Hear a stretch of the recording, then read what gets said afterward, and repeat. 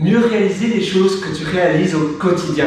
Comment toujours t'améliorer? Eh bien, on y a une liste de process, on y a une liste de procédures et tu vas finalement itérer, tu vas faire des itérations. À chaque fin de journée ou bien à chaque fin de tâche, tu vas essayer de voir ce qui a été, ce qui n'a pas été, combien de temps ça a pris, donc tu vas te chronométrer et tu vas voir ce que tu peux mieux faire pour la fois prochaine pour la même tâche.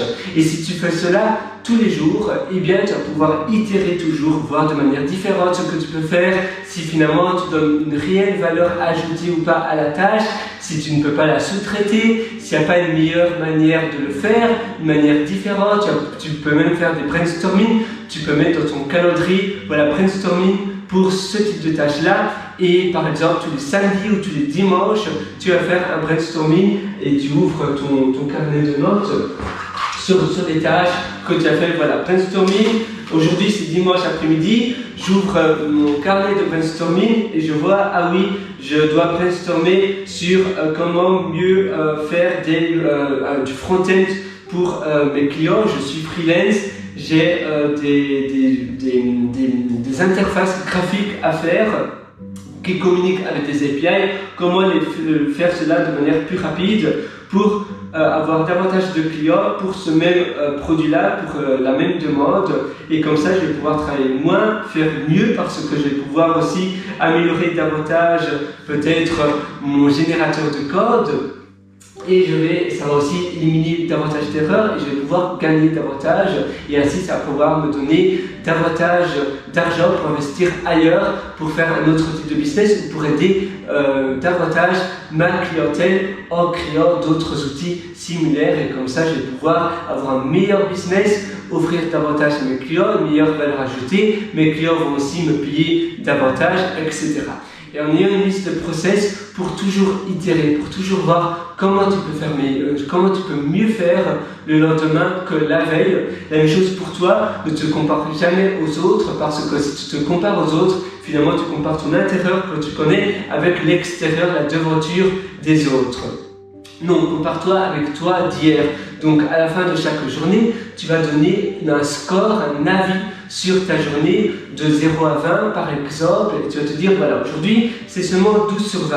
Qu'est-ce qui n'a pas bien été? 12 sur 20 c'est pas énorme et tu vas essayer de voir, tu vas aller finalement à reculons dans ta journée, tu vas faire défiler ta journée jusqu'au matin, un peu comme un rewind quand tu fais rewind avant avec les films, tu vois tu devais faire rewind, donc tu vas aller à reculons, tu vas voir ta journée défiler jusqu'au matin et tu vas te dire pourquoi j'ai seulement donné 12 sur 20 pour ma journée et tu vas te dire ah oui il y a eu ça, il y a eu ce problème là, je n'ai pas su faire ça, j'étais un peu stressé et puis tu te dis d'accord pour demain comment je peux améliorer ma journée, est-ce que je peux pas avoir davantage de moments de détente, est-ce que je peux pas sous-traiter ou ne plus faire la tâche qui m'a rendu peut-être moins heureux dans ma journée. Tu vas écrire cela et le lendemain matin, tu vas lire ta liste de choses à faire pour ta journée que tu as écrit la veille pour améliorer ta nouvelle journée et pour espérons, la rendre de 12 à 17 ou 18 sur 20.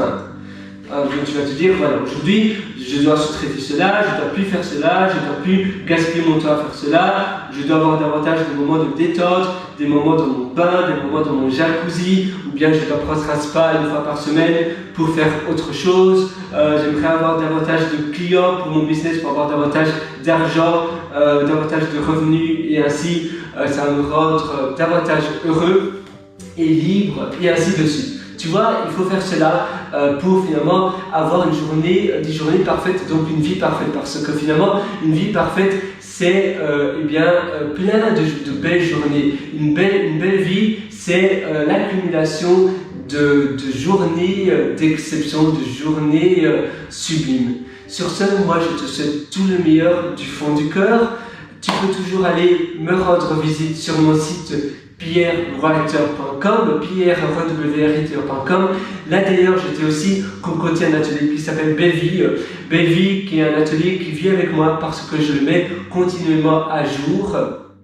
Et je te prends par la main pour aller encore beaucoup plus loin dans l'amélioration de ton quotidien. Moi, je te souhaite tout le meilleur, à très bientôt et vis une vie d'exception. Finalement, tu peux tout faire. Focalise ton énergie sur ce que tu peux contrôler et comment tu peux améliorer ton quotidien. À très bientôt. Ciao.